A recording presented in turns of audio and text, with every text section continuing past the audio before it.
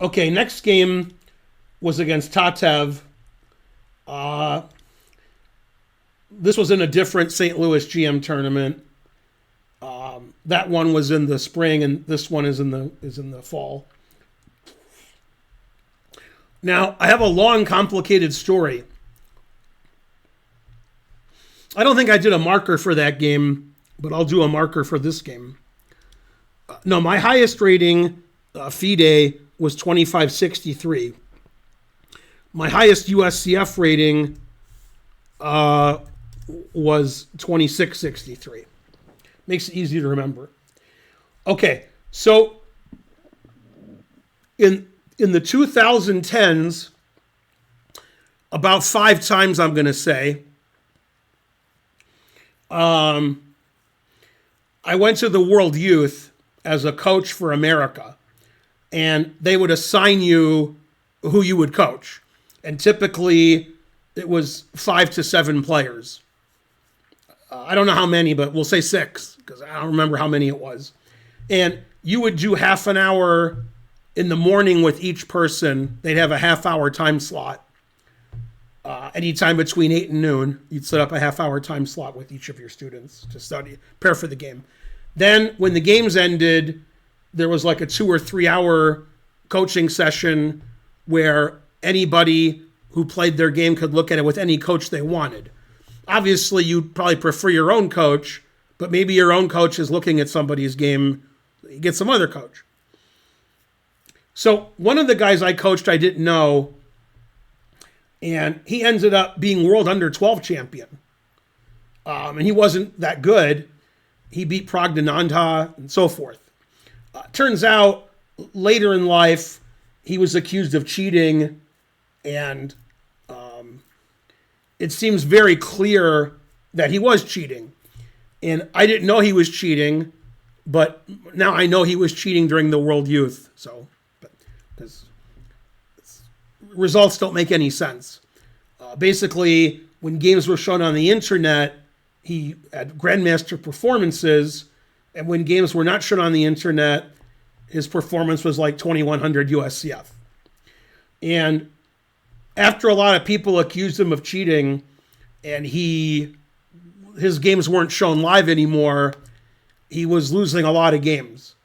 And eventually he stopped cheating, and his rating went from like 2470 FIDE to like 2200 FIDE after he stopped.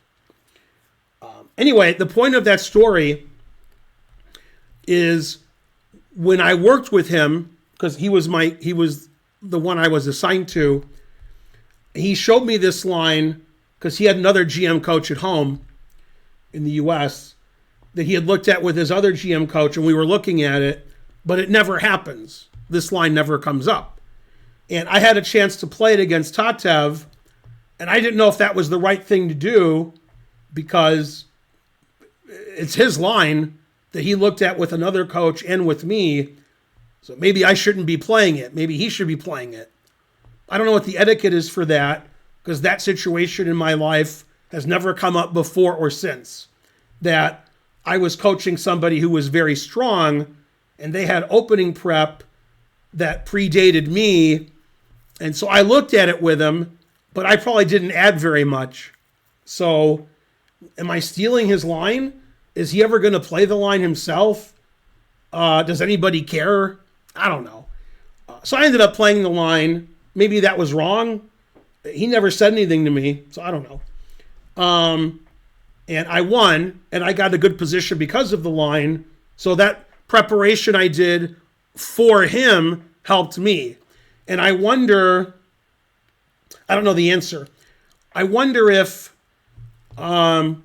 when there's actual coaching going on between, let's say, Carlson or Anand and Topalov and Kasparov and other people who have played for several world championships, if the people who coach them, if they've ever played those lines that never happened, or if they're forbidden from playing them because that's their line. They can't play the lines they analyzed.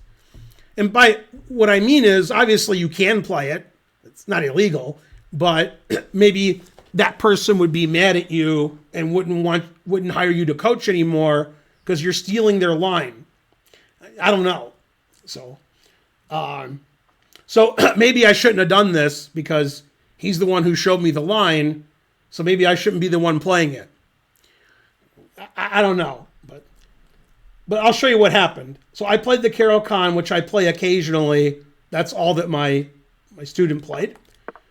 And the last time I played the Caro-Kann against Tatev, she played D3. That was she played Knight F3 in D3. That was in the Chicago Open a few years ago. Okay, so we played the main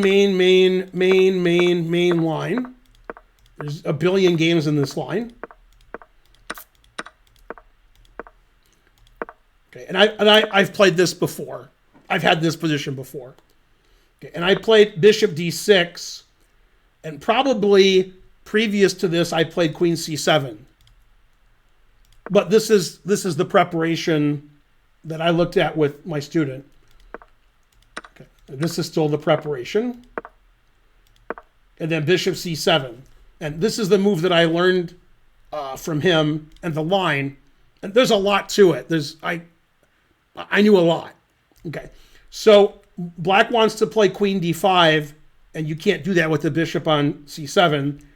And White usually plays C4, and now you play B5, sacrificing a pawn. And after pawn takes, you don't take back, and they take with check. You play Queen D5. Okay, and in this position, I analyzed on my own if they take this and I take this, and that's very good for Black. I analyzed that the day before this game because it was a round robin, so I knew who I was playing. And I analyzed other stuff that White can do, and so forth. And in this position, I think even like in this position, White doesn't take on B5. White plays King B1. So taking on B5 is already very unusual. And then she played King B1, and now it just says it's equal. It says I can take with a pawn, I can take with a queen, I can check. So now I didn't know what to do, but this position's fine for Black. She took, and basically she has an isolated pawn. This pawn could be weak, and my knight has D5. So the engine says it's equal, but I prefer Black. And if you've ever played Tatev before, and you haven't, she likes to checkmate you when she's White. She doesn't like boring endgames. I don't like getting checkmated, and I like boring endgames. So this position is more for me than her. Okay, so she stopped me from castling, which I didn't care about. And then play F6, King F7. So don't need to castle. Basically, I just like Black, but the engine says it's equal. It doesn't like that move.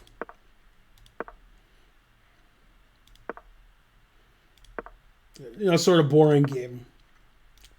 Not much is happening. Doesn't like A4.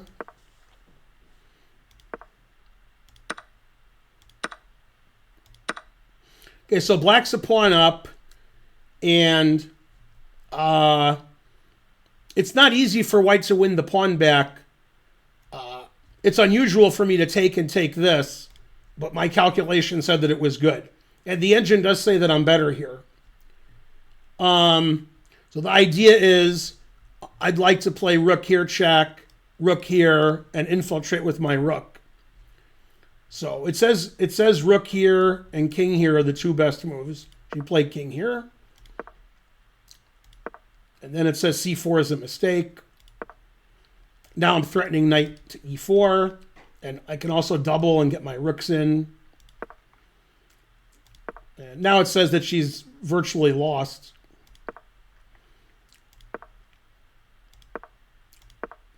Because I have too much initiative against her. Yeah, now it says I'm completely winning.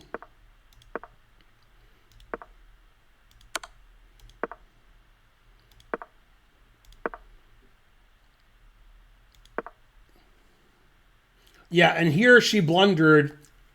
She played rook takes a4, and I missed a very elementary win. Very embarrassing. She was in terrible time trouble. So I think this was game in 90 because this is move 41, and I think the time trouble never ended. Black has a very easy win here.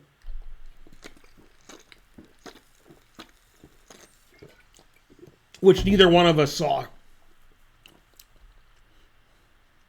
Anybody?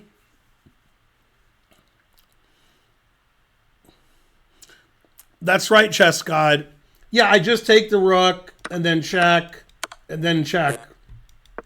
I mean, should be able to see that. Instead, I played rook c2.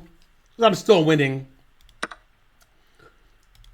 Yeah, this is like plus 4.5. So. And she resigned here. Now it says I'm plus 7. So I mean, what I did was winning, but she could have defended better, but she was in terrible time trouble. So that was a nice game because out of my opening prep, the engine says I was completely equal, and if I had to pick a side, it would be black. So I got a position that I like with black, which the engine also liked. Sometimes I get positions I like with black, and the engine says terrible. But this time, it says I played well.